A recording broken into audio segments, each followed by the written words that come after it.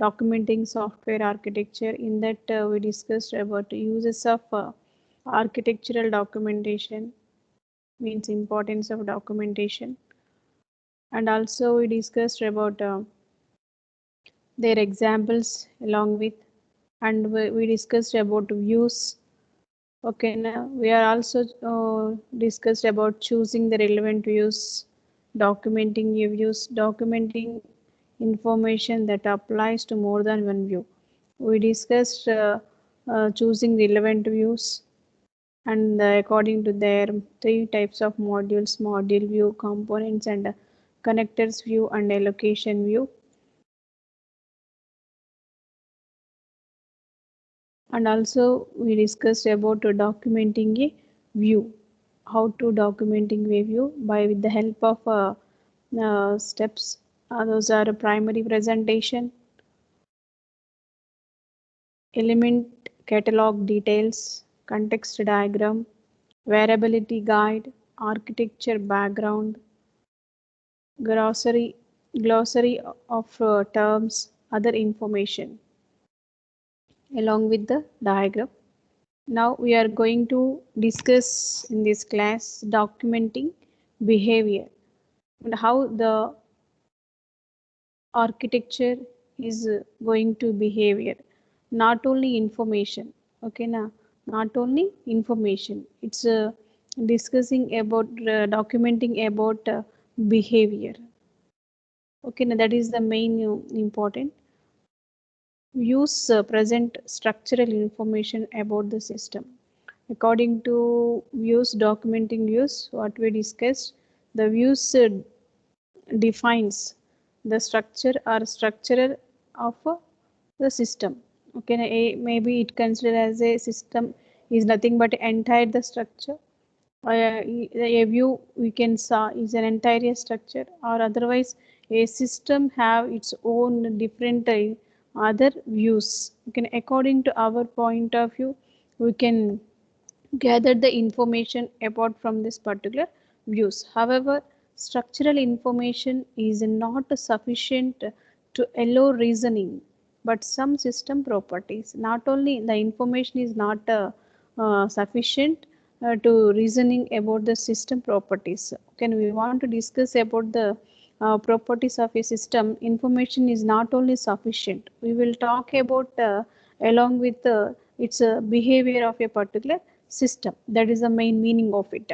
Reasoning about, what is the reasoning here? We can about the behavior. What is the behavior in generally? Every system, every architecture has its own life cycle. Okay, na? As we discussed in the previous classes also, every architecture, every system has its own life cycle. Okay, na? According to every uh, system, based on its behavior is depends on. Okay, now here the reasoning about deadlock, for example, depends on understanding the sequence of interactions among the elements. So deadlock situation, we know what is a deadlock. Okay, for example, it depends on understanding the sequence of interactions among the elements. And the structural information, so not only informatical information, textual information, it's also describes a structural information. Okay, now alone does not present the sequencing information.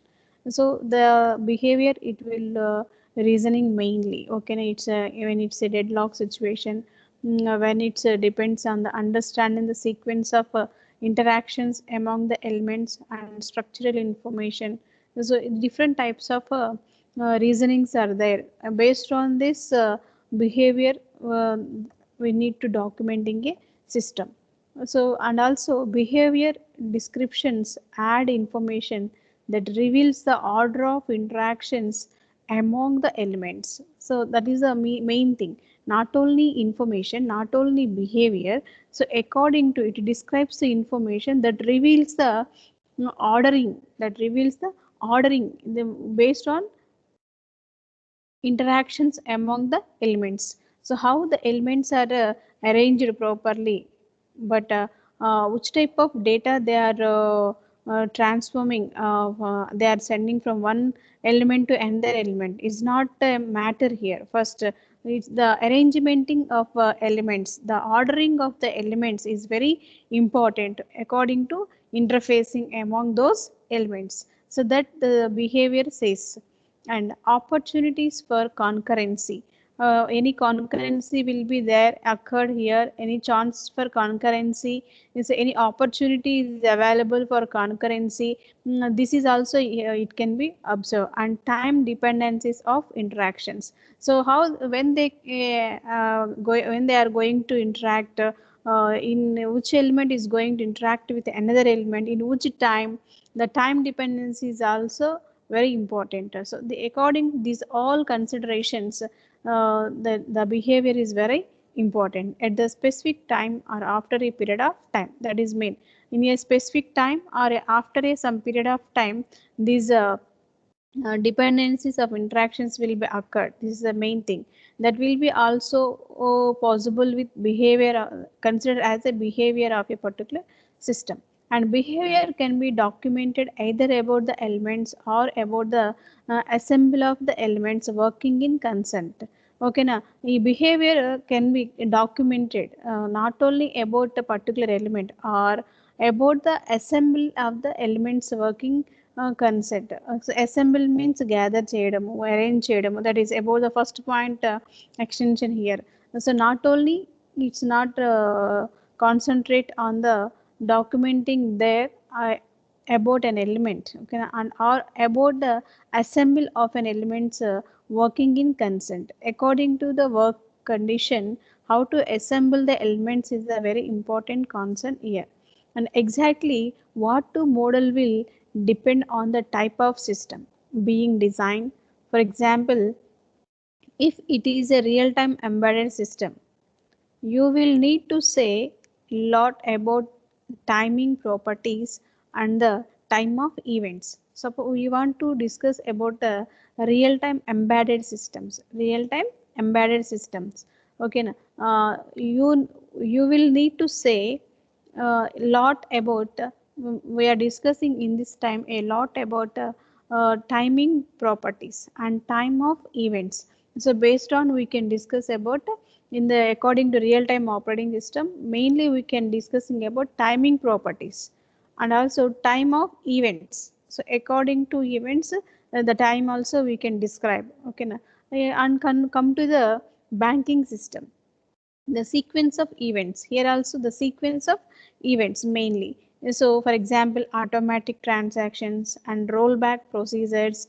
So different types of events will be performed sequentially in banking systems. Okay, is more important than the actual time of events. In general గా జరిగే process కంటే ఈ transactions అని very important. ఓకేనా, these are more important than the actual time of events. ఓకేనా, being considered. Different modeling techniques and notations are used depending on the type of analysis. Okay, so based on the situation we are using different types of modeling techniques, and notations are used depends upon the type of analysis. So based on the analysis, so sometimes in the real time embedded systems we will mainly focusing on timing properties and events, time of events. In these banking systems we can focusing on a sequence of events. Mainly we can focusing on automatic transactions for example, and rollback procedures is more important than the actual time of events. So according to the environment, according to the domain, so we are using different types of modeling techniques while designing the software architecture. Those techniques will also going to be documented according to the in the perspective of behavior of a particular system. And also it mainly provides some notations to understand, to use depending on the type of analysis. So that is what simply you can say behave documenting behavior. Next, suppose we can use in UML diagrams. Already we know what is UML, what is the abbreviation of UML. Unified Modeling Language. Unified Modeling Language. So can I in this UML diagram we can mainly focusing on different types of UML diagrams. 9 types of UML diagrams we know. So in this okay, each type of diagram will be specifically used in particular time of software development life cycle. Okay, now we are in the designing phase. Mostly we are using different types of um, design diagrams, and sometimes we are using it different types of situations according to either it is dependence, either it is independent, either it is include some all, either there will be any errors, there will be any checkings, there will be any go back and forward conditions. We are using different types of diagram to explain the particular action or behavior of a particular system. For example, ATM systems, how the user is going to be interact with a particular ATM system. So how the actor is going to communicate, what the user performs the interface with the particular system according to step by step. We will put in a particular use case diagrams and class diagrams and sequence diagrams. These all together into a collaboration diagrams and state chart diagram acted. Different types of diagrams we are using to describe the particular scenario of a particular system. So that is the very importance of UML. Okay, now for example, we can see sequence diagrams and state charts. For example, these are used for describing the behavior of a particular system. Okay, mainly we want to describe the behavior of a system. So we are mainly using sequence diagrams and state chart diagrams of a particular UML. For example, you have to consider state charts. The state charts are a formalism developed in 1980s for describing relative systems. We want to describe the reactive systems. Sorry, reactive systems. Okay, now we are using state chart diagrams. Okay, they add a number of useful extensions to traditional state diagrams. What are the traditional state diagrams? They are adding some extensions to the particular traditional state chart diagrams, such as nesting of state and states, which provides the expressive power to model abstraction and concurrency. So olden type of ఏవైతే state chart diagrams ఉన్నాయో ఆ techniques కి they are using the useful and advanced extensions for what purpose? For nesting of states and add states. We want to nesting the states, for we want to add the states, which according to this procedure, which provides the expressive power to model abstraction and concurrency. So we want to get the powerful and expensive, valuable, high quality abstraction and concurrency. And the state chart allows reasoning about the totality of the system. Okay, all of the states are assumed to be represented, and the analysis techniques are general with respect to the system. And also we can come to the sequence diagrams. Okay, now the sequence diagrams documents a sequence of stimuli exchanges. Sequence of stimuli exchanges. It's mainly documented as a sequence of exchanges, and also it presents a collaboration in terms of components. It's also present the collaboration in terms of the component instances and other interactions. Okay, it's mainly focusing on stimulus exchanges, and also it presents the collaboration in terms of component instances and other interactions, and shows the interaction arranged in time sequence. So it will be arranged, but it will be arranged meant it shows the time of sequence. That is the main importance of these state chart and sequence diagrams. These two diagrams are used for behavioral description of a particular system. And the vertical dimension represents time, and the horizontal dimension. So according to this diagrams, the vertical representation represents time, and horizontal dimension represent different components. Vertical is the columns, Okay, they can describes the representation of time. This horizontal will describes the representation of components. These sequence diagrams allow reasoning based on particular usage scenarios. This is a very important. The sequence diagrams allows reasoning based on particular usage scenarios. That is the main important of these state charts and sequence diagrams. Next concept, documenting interfaces. So how to we need to document about interfaces, we need to document about views, we need to document about the behavior, we need to document about also interfaces. That is very important. Okay now, this an interface is a boundary across which two independent entities meet and interact or communicate with each other. That is the definition, simple definition of a interface. For example, we are two entities. Suppose I am and another person. Okay, now I want to communicate the particular second person. He will be located in a particular place. So what can I do? I need to move to the particular place. I need to move to the particular place. Means I cross my boundary. Okay, now I will cross my boundary. I am communicate with the particular person.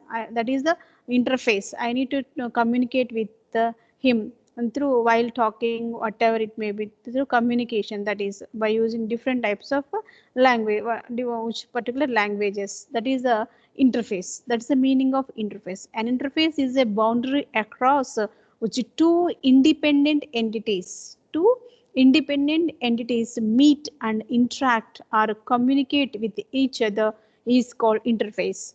But in our definition, software architecture elements interfaces. So according to our concept, which one is going to interface, the elements of a particular software architecture is going to be interfaces together.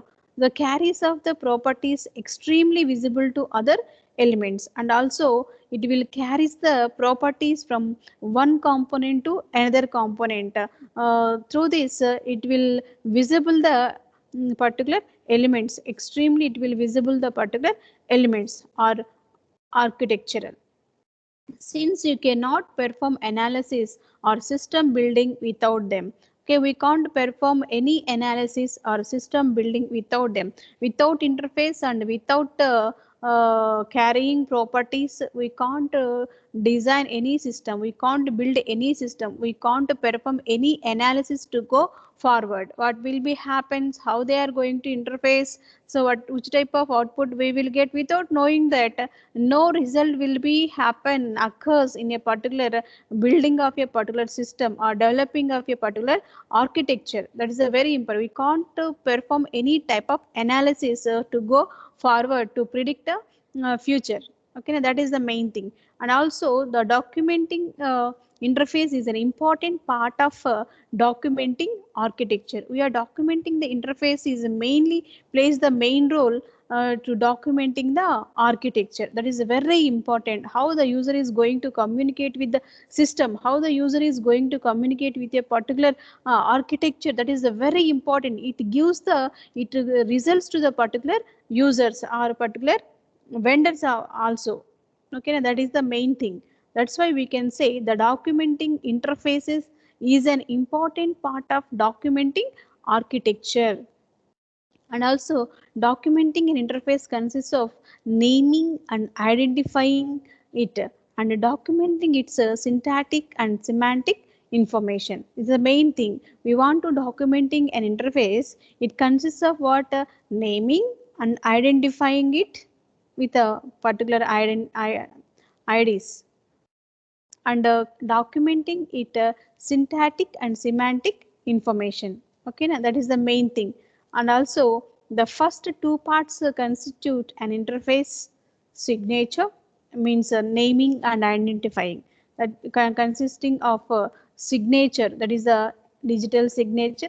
When an interface resources are invocable programs, the signature names the programs and defines their parameters.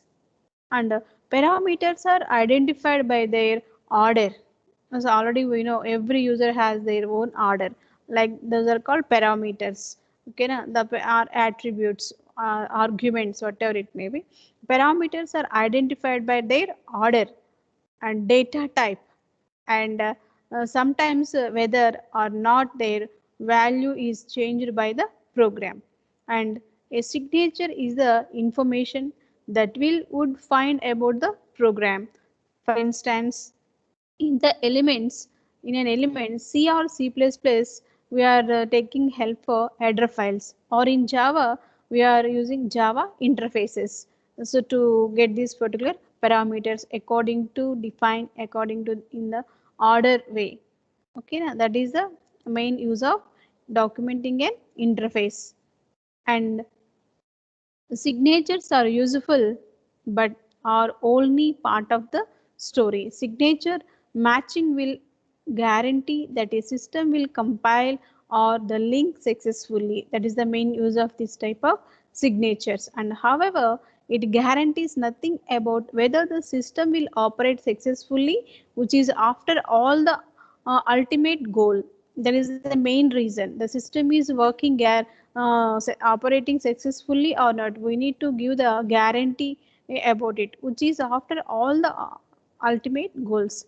That information is bound up in the semantics to the interface, or what happens when resources are brought into play. That is the main thing. And an interface is documented with an interface specification. So we want to documenting the interface with a interface specification. What is the interface specification? What will we do? Which is a statement of element properties.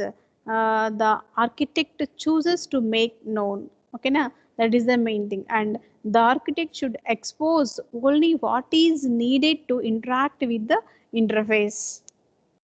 That is the thing, which is a statement of element properties that architect choose to make known, and the architect should expose only what is needed to interact with the interface. That is the main reason. And a template for documenting interfaces. Here is a suggested standard organization for interface documentation. You may wish to modify to it, remove items not relevant to your situation, or add items unique to it. That is the thing template we need to follow. So here we are choosing the things: element interface specification, so interface identity, resource provided. So in this resource provided, resource syntax, resource semantics, resource usage relations, and locality identified, data types, exception definitions, variability provided, and quality attribute characteristics, element required, rational and design issues, and usage guide. That's the interface element specification. Next, documentation across views. That is a third one. Documentation across views. Across views means not only one view. Okay, na? We can documenting the interface along with more than one view. Okay, na? That is the main meaning of documentation across views. So here we can see we now turn to the complement of view documentation, which is capturing the information that applies to more than one view. As I said, okay, na, that is what it's capturing the information, not only single view, it capturing the information that applies to more than one view, or to the documentation packages as a whole. So we can document enter the package, or we can document more than one view across. Okay, na? That is the documentation across views. Okay, na? Cross views documentation consists of just three major aspects. We want to discuss about this. We will be mainly focusing on consists of three major aspects. They are summarized like how, what, why. So that is the main things we need to across the documents. How, Ella, for what purpose, for why. That is the main thing. First one, how. How the documentation is laid out and organized so that a stakeholder of the architecture can find the information he or she needs efficiently and reliably. So how it will be useful for the particular persons in efficiently and reliably based on the particular purpose, they need to documenting. Okay, now, and this part consists of a few catalog and a few view template. Okay, according to this part consists of a view catalog and view templates. Based on catalog and based on template, it will be consists. Already we know what is catalog and what is template and what the architecture is. So what type of architecture it is? Here the information that remains to be captured beyond the views themselves in a short system overview to ground any reader as the purpose of the system. The way the view are related to each other, a list of elements and where they appear, and a glossary that applies to the entire architecture. That is the main thing. Okay, and also why the architecture is the way it is. So why the architecture is the way it is? The context for the system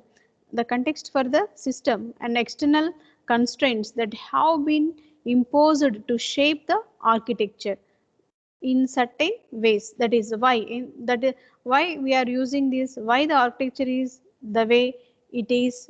All the context of the system, we need to make some context. The system gives the overview of a particular system.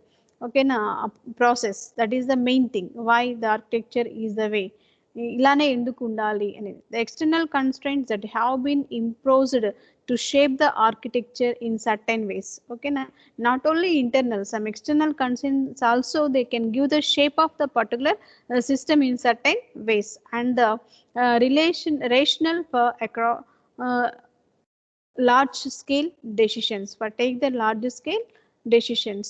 That is the main thing of documenting across views. Only single view మీదే మనం information gather చేసి behaviour documenting చేసి interface చేయడం కంటే the view they can interface other views also. The views can interface other views also, because that's why we can documenting across the views. You can documenting across views. How the documentation is organized? So we want to the three things we can summarize here. What are those? How, what, why? So how it will, how the document is organized with the help of view catalogs and view template.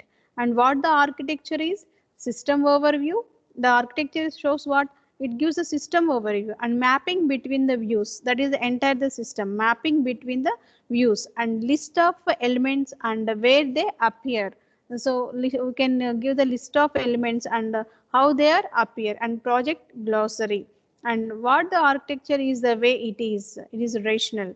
Now, these are the things we across we can documenting the architecture. Okay, in this class we discussed about documenting behavior. Okay, and also documenting interface, documenting behavior. So documenting interfaces, and documenting across views. Okay, now I hope all you understood how to documenting behavior and how to documenting interface, how to documenting across views. Okay, thank you one and all.